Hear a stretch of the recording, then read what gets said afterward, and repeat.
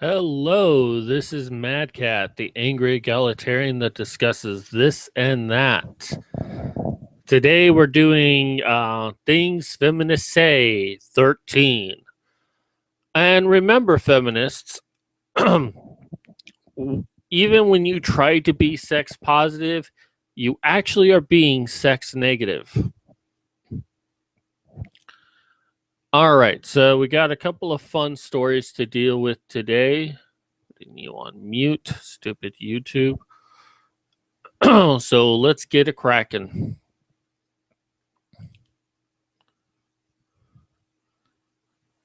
University of Toronto rallies blame death threats on men's rights activists.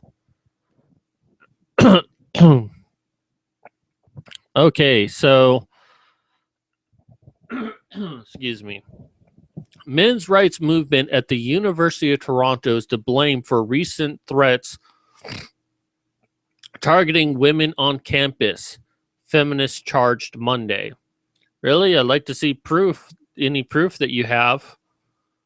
The CUPE 3902 Women's Caucus organized a rally after message threatened to kill feminists and women were left in the comment sections of Blog TO articles in June and earlier this month.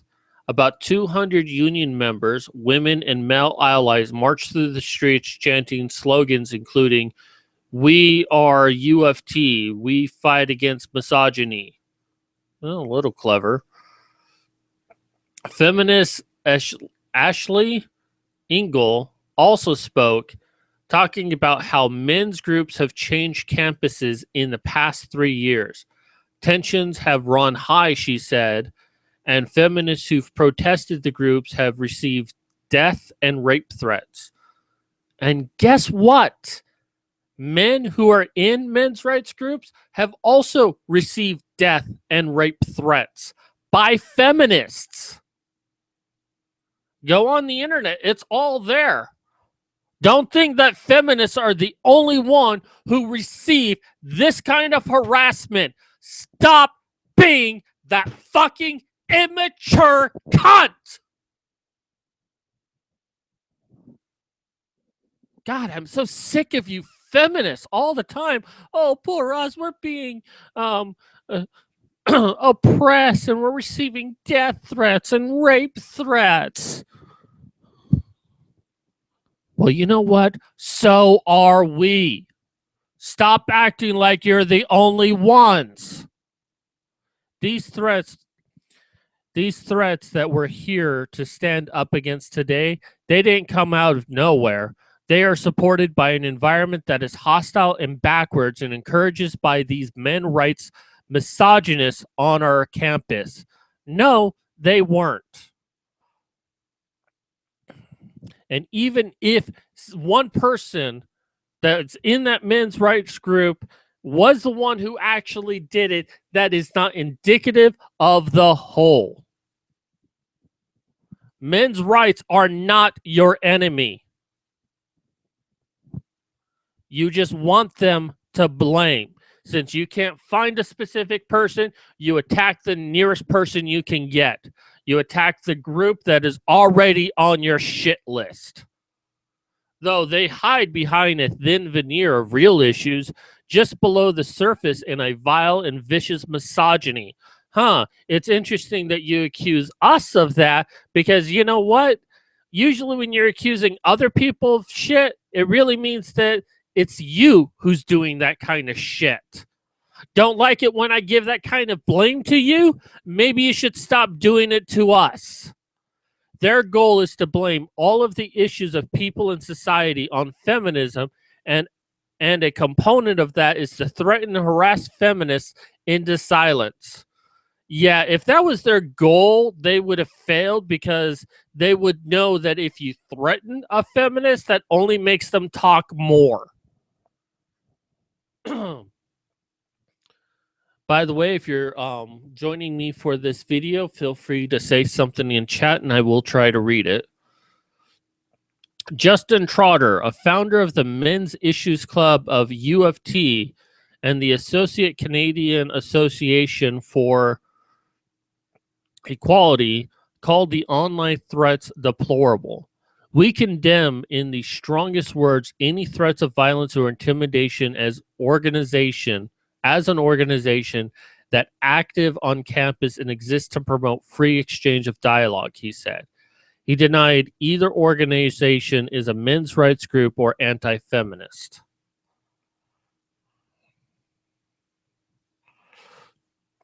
So a men's issues club is denying that they're a men's rights group. Oh, I can't say that. It just seems like you're really trying to weasel your way out of there. Have some fucking balls and say it's a men's rights group. They're already accusing you of it. We would like to see the temperature turn down a little bit. Who talks like this? And for people to engage in positive, productive, and constructive dialogue. It was never their goal to create a war on gender war.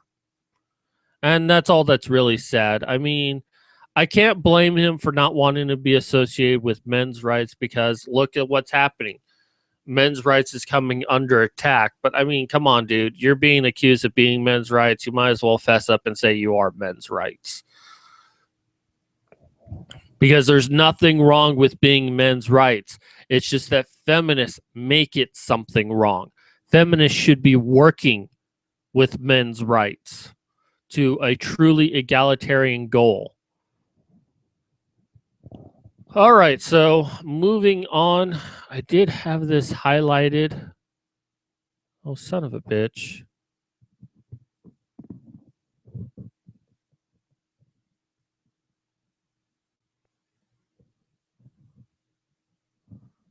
I did have this highlighted, but it disappeared on me, so I apologize.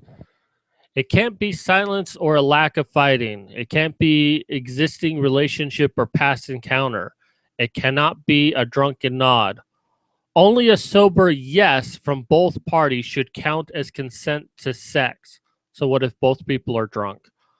Two Great Lansing lawmakers and several advocates said Tuesday at a press conference announcing planned yes means yes legislation. Now, we have seen a lot of problems with the yes means yes legislation. First off is, what if you did get consent and the woman later says that you did not give consent? How do you prove that you got consent? Do you need a witness there? Do you need to videotape it?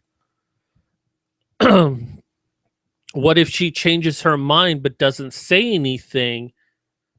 You know, there's so many problems with this consent law, and on paper it makes sense. But when you actually explore the difficulties, it's like, if a woman changes her mind and then doesn't say anything, how's a man supposed to know? And hell, I did an article a few months back that a woman says that even if she says yes, she means no.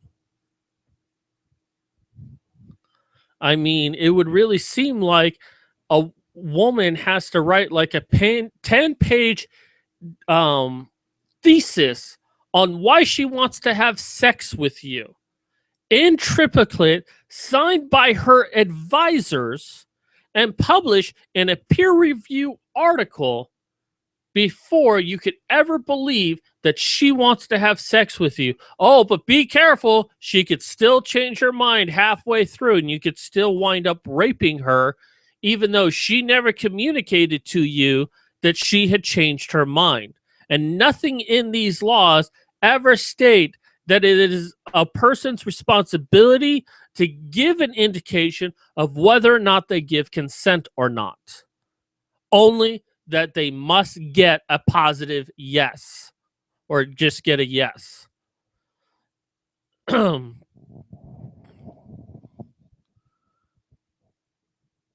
So there's a lot of gobbledygook in this, mostly about consent and all of that bullshit. And honestly, I mean, it sounds good on paper, but it is just complete bullshit, in all honesty.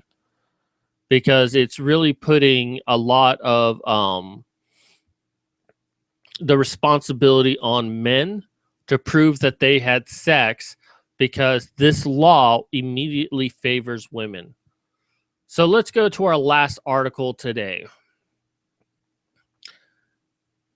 Times Square desnudas are strippers, not feminist warriors. So what we see here is a woman who basically has painted on top of her breasts. So she's technically topless, but she is wearing paint. And that is her daughter right next to her. So we'll discuss this one in a moment. Summer may be ending, but that isn't stopping some women in New York from shedding their clothes in the streets. As almost everyone has heard by now, Times Square has a problem on its hand, a naked lady problem. The desnudas are running wild and free all over the heavily trafficked tourist destinations, wearing nothing more than thongs and patriotic body paint, which we're told is art. One woman on Monday brought her topless 2-year-old daughter with her to panhandle in the streets.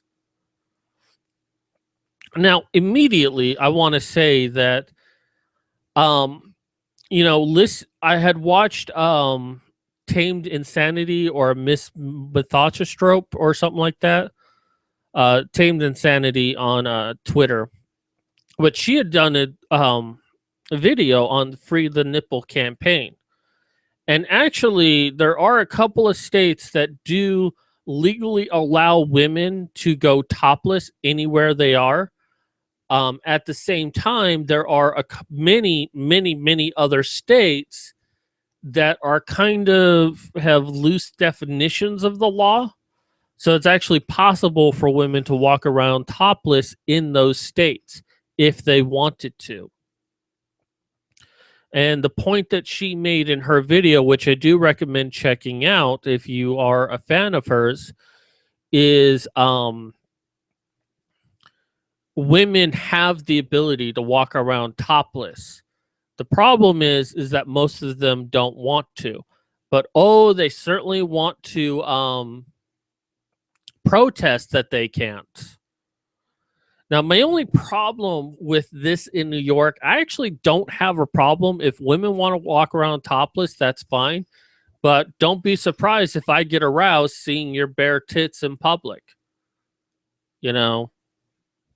But it's the fact that she brought her daughter to panhandle. I don't know. That just doesn't sit right with me. I mean, maybe she's poor, but I mean, she has a stroller right there. And she's panhandling money while being half naked. And yeah, her daughter doesn't have tits yet, but I don't know. That seems so morally reprehensible. And if it was a woman doing it by herself, that's fine. But that's the only problem I have with this. This drama has set off a firestorm of debate. On one hand are parents, families, and individuals who would rather not see bare breasts in public and who find their brazen display offensive and unnecessary. On the other hand are outspoken groups like Go Topless and Free the Nipple,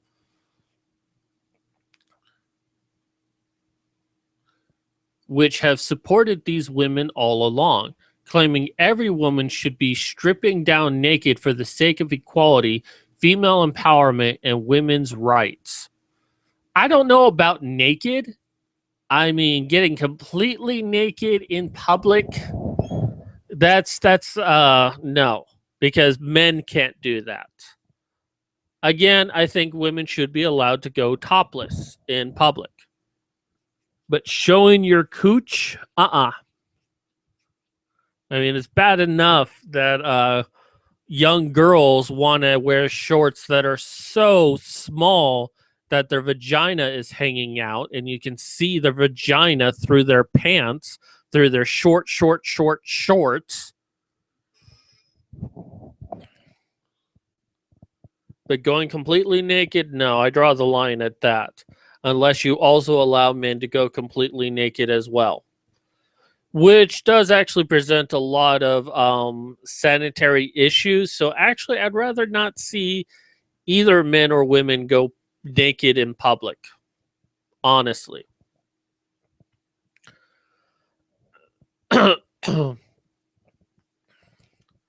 Basically, the argument is that men get to go topless, women, yeah, I agree with that. But the desnudas have absolutely nothing to do with the lofty, noble pursuit of gender justice. Quite the opposite. These women aren't stripping down for equality, for women's rights, or female empowerment. These women are stripping for tips, cold, hard cash.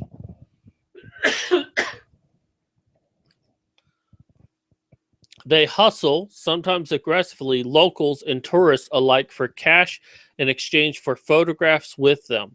At least one has been arrested for allegedly propositioning an undercover cop for oral sex. Support them or not, these women aren't feminist warriors. They are strippers. Some are prostitutes. Well, first off, you designating that prostitutes and strippers are not under the protection of feminism, I think might offend quite a few many strippers and prostitutes. But, you know, I was listening to Laura Southern's newest video this morning, and she had a quote by Maya Angelou. And Lauren, if you're listening, it's Maya Angelou. I know it's looking at the name, it doesn't seem like that's how you pronounce it, but that's how you pronounce it. And yes, I'm on Goodreads, by the way. Each time a woman stands up for herself, without knowing it, possibly, without claiming it, she stands for all women. By Maya Angelou, these women that are standing up and revealing their tits to the public is doing it for all women, everywhere. So saith Maya Angelou, a feminist. And now these feminists want to say, well, no, they're not us. We don't do this. We don't use our bodies to make money. But we do want our bodies to be displayed wherever we go. I mean, would it make a difference to you if these women were fully clothed and still doing the same exact things? You probably would still have a problem with it, but not so much as a problem with it. It's the fact that they're selling their sexuality, that's where you have the problem with it.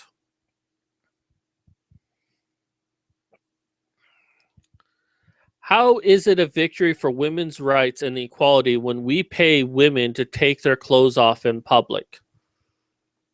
Well, I mean, they're getting the ability to be able to take off their clothes in public, which is not a right that they currently have in some places. That would be a victory of being able to show your tits anywhere you like. Of course, stripping isn't limited to New York City. There are private strip clubs in almost every major city in America. And even beyond those doors, our culture seems hell-bent on normalizing and even uplifting stripping. Okay, what does that have to do with what's happening in New York? Actually, it has nothing to happen with... Yeah, there are strip clubs, but you know what? Whether or not there are strip clubs in the United States or not has nothing to do with this issue, and strip clubs have existed long before this issue ever came up. For years, we've seen movies about female strippers, striptease, stroke girls, and there are plenty of songs on the radio that glorify stripping. From Usher, just about everywhere you look, women are getting the message that the fewer clothes they wear, the cooler and sexier they are. Okay, what does that have to do with this message? With this article? It really seems like you're using this issue, just like one of my previous videos I just did, to try to jump up and say, "This is my opinion. You should listen to it. I give you a little bit of truth. Now, the rest of this is truth, even though it's my opinion." You've turned a news article into an opinion piece.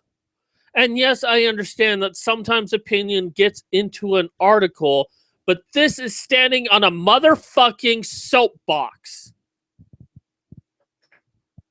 Just to give your point. You're standing on a soapbox when you should be reporting on an article.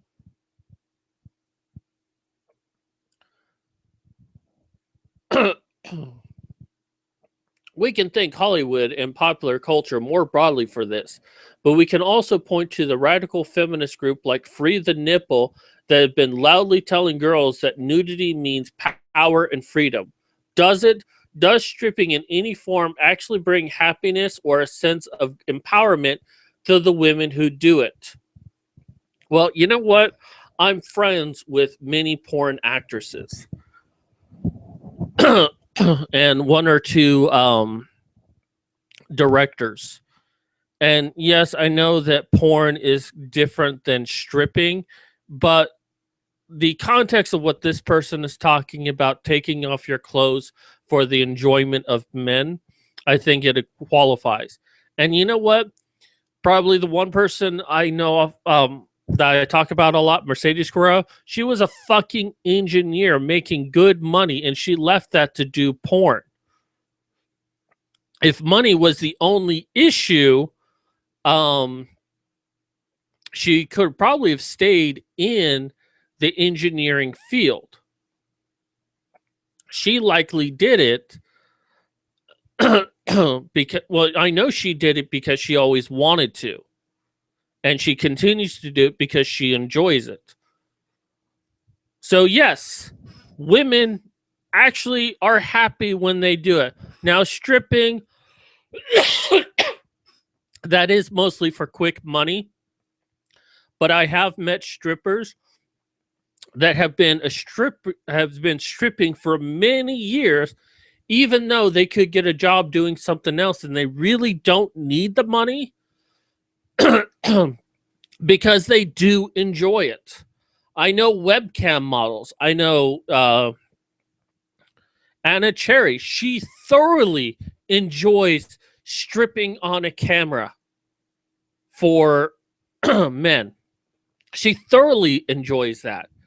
And she's getting a degree in neuroscience. And she will have the choice to do neuroscience or webcam. And I imagine she's going to try to find a way to do both because she enjoys what she does. Most webcam models enjoy what they do. But what about the others? Do strippers strip because it's fun and lucrative? Yes. Because it makes them feel good and powerful? Yes. Maybe, but one can't help but wonder what would happen if there was no cash at the end of the dance. Well, usually you give cash during the dance as well. I'm guessing you've never been to a strip club before. Call me crazy, but I'm guessing most of the girls would be done or gone looking for different ways to pay the bills. And there might be truth in that. If there was no money to be made in stripping, in the porn industry, in brothels, prostitution, if there was no money to be made, it's quite possible that we would see less of it. But then again, it wouldn't really be a job at that point. Because the whole purpose of a job is to make money. You know, I did tech support for many, many years, over 8 years. I fucking hated it, but I needed the money. You know, where are you to defend the horrors that I had to go through talking to people on the phone, which is one of the worst jobs you could possibly do? Hell, I wish stripping was an option for me. I would have rather have done that, even if I made less.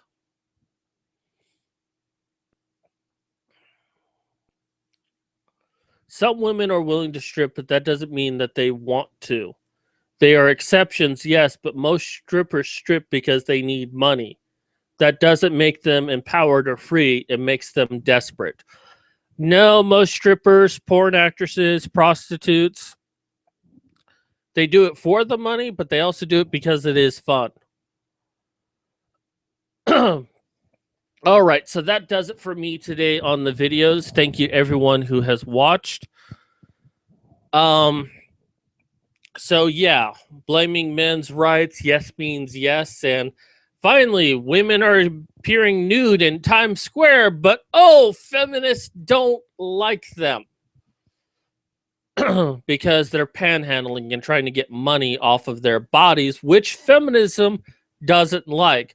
Which my first video today went over on whether or not watching porn makes you a feminist. It actually doesn't, but our society health can be measured in how it handles the sex industry. And if it gives a lot to the sex industry with regulations, not a free-for-all, then I believe that's a reflection of a positive reflection of a society. And we see evidence of that all the time. Now, bringing a child with you to panhandle while you're basically nude, yeah, I have a problem with that. And yeah, if a woman goes around topless, men will get an erection and boys will be exposed to that. I've never really understood why that is so taboo in our society. But then again, you know what? A man can walk around topless and women can be like, oh, he has such big muscles. Oh, I'd love for him to just wrap those arms around me. Same exact thing, honestly. So anyways, I guess that does it for me today. Thank you for everyone who's watching. If you enjoy these videos, take a look at my Patreon in the list down below. I'll be right back. Hold on one sec.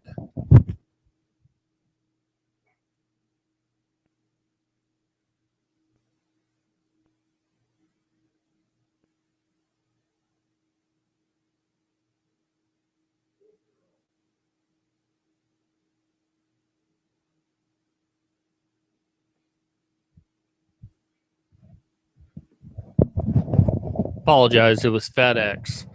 But anyways,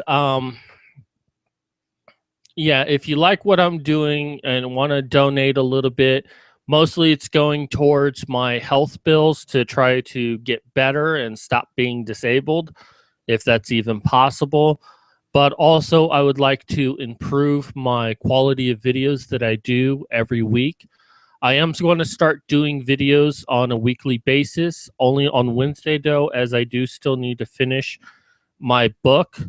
I know I was going to be doing videos on Sunday, and I only did it once, but at this time, I'm not going to be doing any of those videos, but I might be doing one during the week.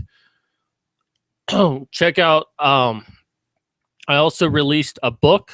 It's going to be, I'm releasing 2 books. I've released the first one right now. It's a free ebook. It's listed in the link below.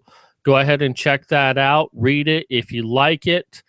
I ask you to consider reading purchasing the next book when it comes out. And if you want to really help me out, leave a review, honest review of what you thought of it. Because any reviews I get may help me make the next book even better. Anyways, I'm going to go ahead and stop now. Thank you and good night.